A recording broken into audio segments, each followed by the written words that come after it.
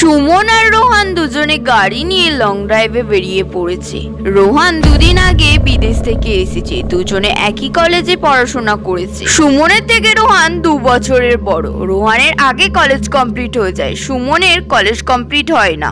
রোহান একাই বিদেশে চলে যায়, সুমনকে আর নিয়ে যেতে পারে না। সুমনের ভালো বন্ধু ছিল রোহান। রোহানের কলেজ কমপ্লিট হয়ে যাওয়ার পর বিদেশে কিছু কাজ পেয়ে যায়, সে বিদেশে চলে যায় কাজের জন্য। দুজনে দেখা সাক্ষাৎ বন্ধ হয়ে যায়। দুদিন আগে রোহান এসেছে, দুজনের খুব আনন্দ। সুমন রোহানকে বলেছে আজকে সারা রাত লং ড্রাইভে যাব, তুই যাবি তো আমার সাথে?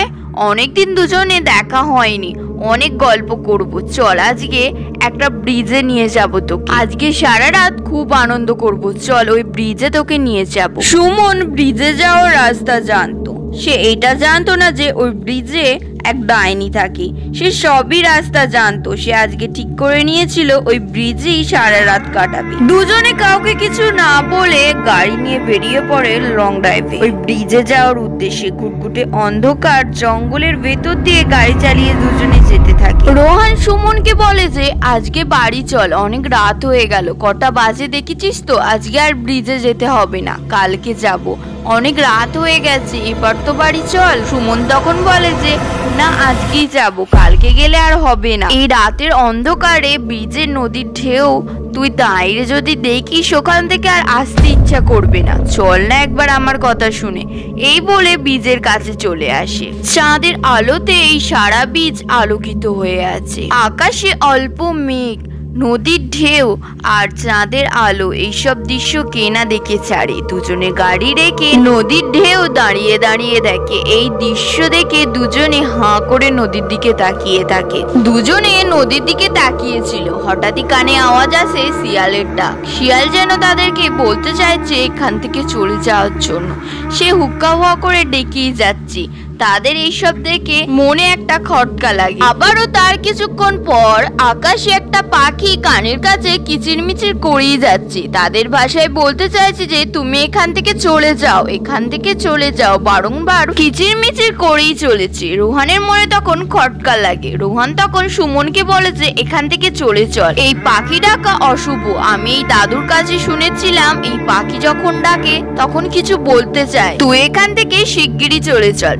সুমন তখন বলে যে তুই বিদেশে থাকিস, তুই এসব কথা বিশ্বাস করিস? দাঁড়া তো, এখানে কিচ্ছু হবে না, আমাকে বিশ্বাস কর, তুই এখানে দাঁড়া, আমি আছি তো, বলছি তো তোকে দাঁড়াতে, কিচ্ছু হবে না। আমার মনে হয় পাখিটা ওর বাসা হারিয়ে ফেলেছে, রাত তো অনেক হলো, সে মনে হয় তার বাসা খুঁজে পায়নি, সেই জন্য চেল্লাচ্ছে।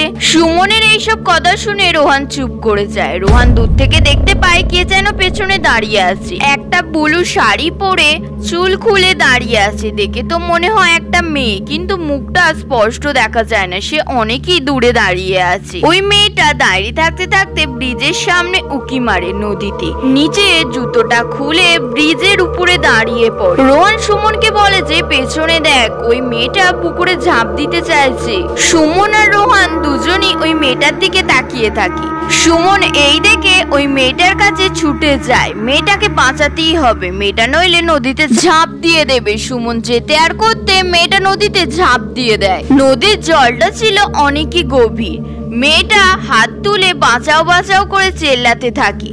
সুমন আর রোহান দাঁড়িয়ে দুজনে দেখে। সুমন রোহানকে বলে যে ওই মেয়েটাকে বাঁচাতেই হবে। এই বলে সুমন জামা খুলে ব্রিজের উপর দাঁড়িয়ে পড়ে। রোহান বলে যে নাবিস না, নদীর জল প্রচুর গভীর, ও মনে হয় ডাইনি, মেয়ে হলে কেউ ওরকম লাফ মেরে দেয়। রোহান বলে যে হ্যাঁ, ও একটা মেয়ে, ও ডাইনি নয়। এই বলে নদীতে ঝাঁপিয়ে পড়ে। সুমন সাঁতার কেটে ওই মেয়েটার কাছে যায়, কিন্তু ওখানে কাউকে দেখতে পায় না। সে ডুব দিয়ে দেখে, সেখানেও কাউকে দেখতে পায় না। সে জলের নিচেও যায়, সেখানেও কাউকে দেখতে পায় না। রোহান দূর থেকে চিল্লে বলে যে খুঁজে পেলি? সুমন বলল কই, খুঁজে পাচ্ছি না। রোহান ব্রিজে দাঁড়িয়ে থাকে। সে বুঝতে পারে তার পাশে কে যেন বসে আছে। সে যখন দেখে যে ওই মেয়েটা বসে আছে। রোহান যখন ওই মেয়েটাকে ভালোভাবে দেখলো যে হাতে বড় বড় নখ, বড় চুল, সে ডাইনি, সে আর মেয়ে নয়। তার বুঝতে আর বাকি থাকলো না। সে ডাইনি তাকে বলল যে তুই ঠিকই বলেছিস, আমি মেয়ে না, আমি ডাইনি। রোহান এইসব শুনে ভয়তে থরথর করে কাঁপতে থাকে। রোহান তখন চিল্লে সুমনকে বলে যে পালা, এ মেয়ে না, এ ডাইনি, ওই নদী থেকে উঠে পড়। রোহান ওই ডাইনিকে দেখে ভয়তে থরথর করে কাঁপতে থাকে। ওই ডাইনি রোহানকে দেখে জোর জোর হাসতে থাকে। সে ডাইনি রোহানকে বলে যে আমাকে দেখে ভয় পাচ্ছিস? একদম ভয় পাস না, আমি তোকে মারবো না, আমি তোর বন্ধুকে মারবো। ডাইনির কথা শুনে রোহান ভয়তে থরথর করে কাঁপতে থাকে। ব্রিজ থেকে চিল্লে সুমনকে বলে যে পালা, ও ডাইনি, ও তোকে মেরে ফেলবে। কিন্তু সুমনের কোনো পালানোর পথ নেই, সে নদীর মাঝখানে দাঁড়িয়ে আছে, তার যেতে অনেক দেরি হবে। রোহানকে বলে যে আমাকে বাঁচা। সুমনের ওই গলার আওয়াজ শুনে রোহান ভয় পেয়ে যায়।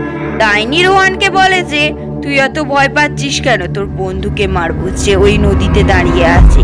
কথা শেষ না হতে হতে ডাইনি ওই নদীতে ঝাঁপ দিয়ে দেয়। রোহান আর সুমনকে দেখতে পায় না ওই নদীতে। নদীর জল বুঝকুড়ি কাটতে কাটতে একদম পুরো নদীর জল ঠিক হয়ে যায়, রক্তই ভেসে ওঠে ওই নদী। রোহানের এইসব দেখে চোখে জল চলে আসে।